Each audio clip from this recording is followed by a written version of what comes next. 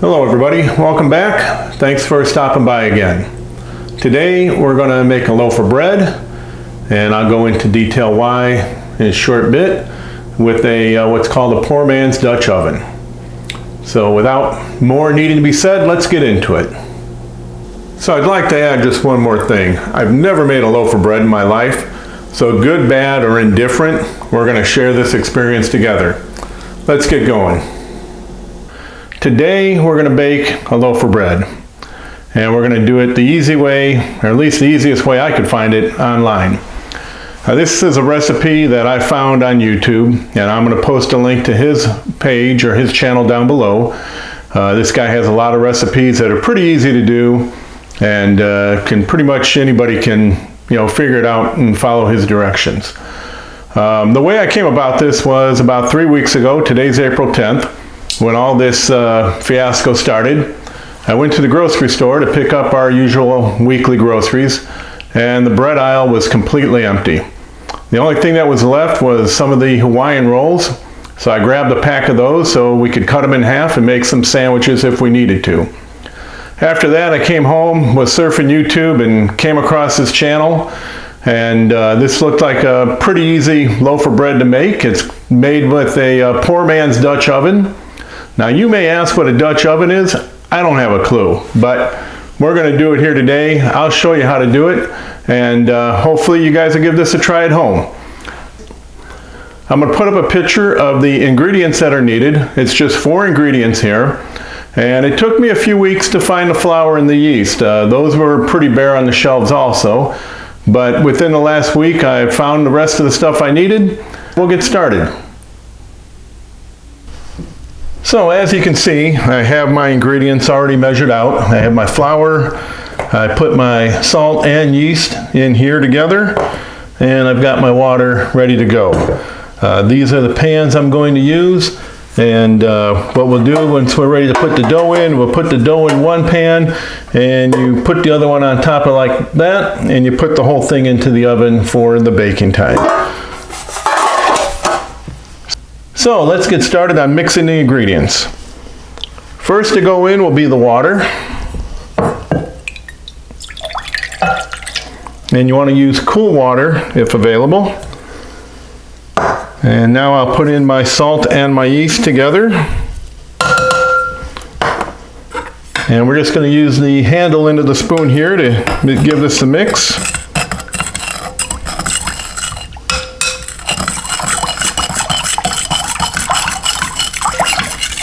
And now we will introduce the flour. And I'm just going slow with this. I don't want to create a splash here.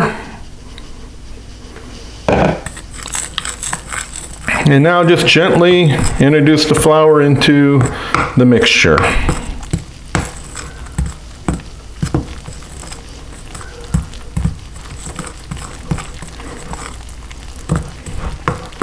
And it'll start turning into kind of a doughy Play-Doh type consistency. All right, so we have it all mixed up. I'm going to bring it up to the camera to try to show you a good shot. It's just a nice, thick consistency. And now what we have to do is cover it up with saran wrap and let it sit overnight to proof.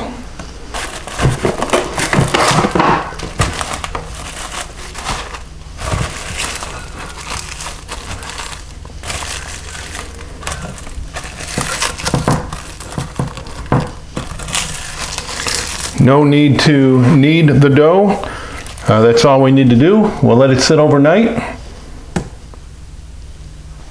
All right, that's all we need to do with the dough for today. We're going to let that sit overnight and proof. According to his instructions, you want to let it proof 8 to 24 hours. It is 4 o'clock right now, so we're going to let it sit overnight on the countertop, and we'll come back tomorrow and go from there. We'll be right back. All right, here we are, day 2. The dough has been sitting on the stove overnight for 23 hours to be exact, and it's risen quite a bit. Let me show you a shot of it. almost double in size, if not more. So the next thing we're going to do is to degas, pull, and stretch the dough. So let's get started doing that. So I'm just going to use the end of a spoon here to kind of degas it and work it together here into a ball. And it's very sticky at this point.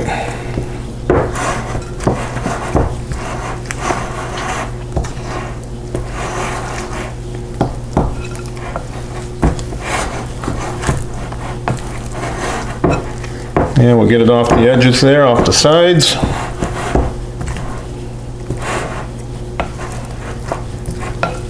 Alrighty.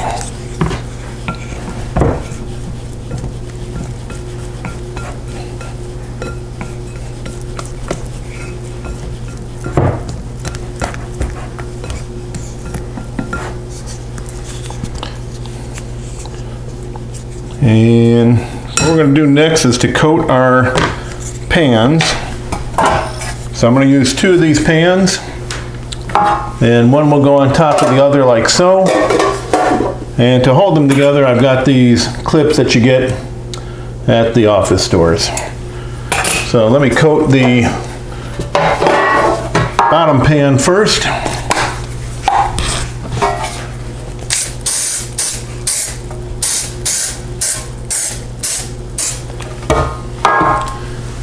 And on the top pan, you just need to do the 2 sides where the bread will touch when it rises.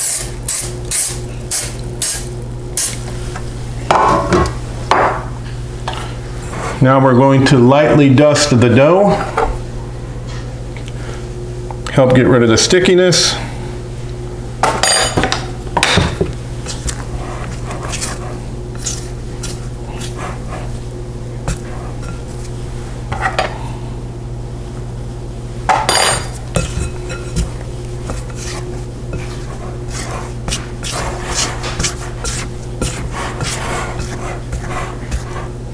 And at this point now, we just need to pour the dough into the pan.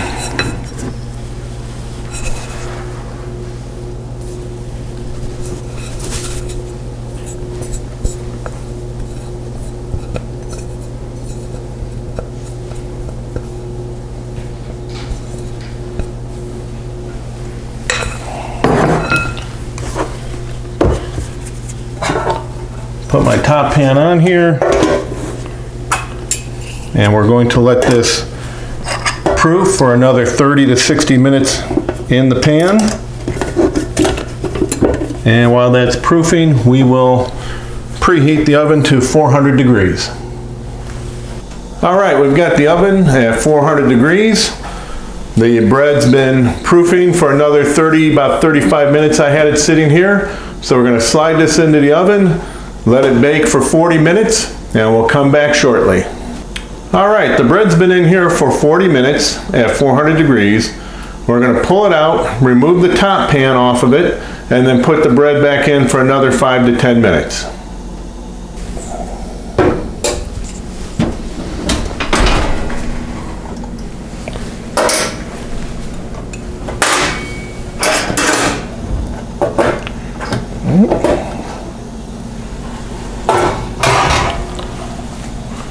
Wow, that looks pretty darn good. We'll put it in for another 5 to 10 minutes to brown up the top of the crust, and be back shortly. It's been in there for about 7 minutes now. Let's pull it out and take a peek at it.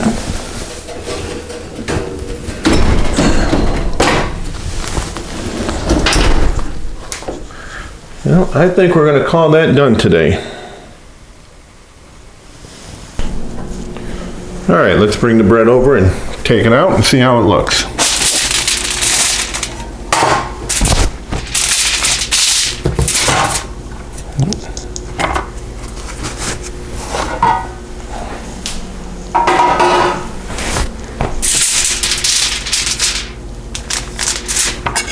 And we'll cut a slice off the end here and see how it looks on the inside.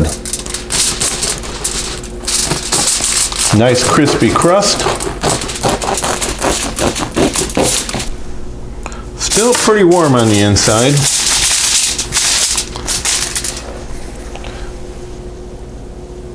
So let's cut a couple of pieces, we'll butter them up and see how it tastes.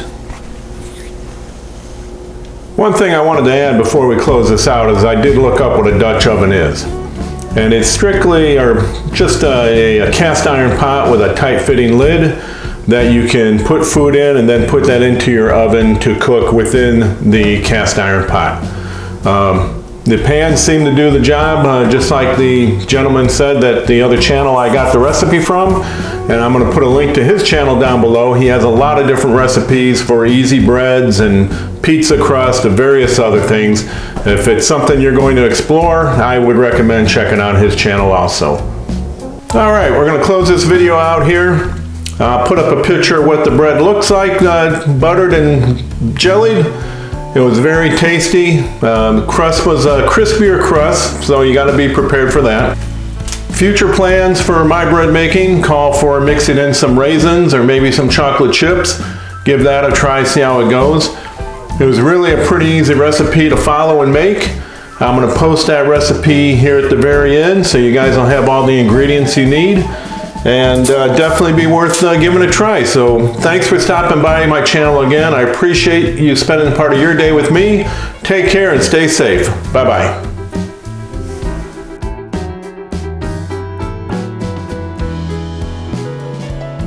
Future plans for me call for maybe mixing in some raspberry. God damn it. Drew Brees signed a TV deal with NBC Sports.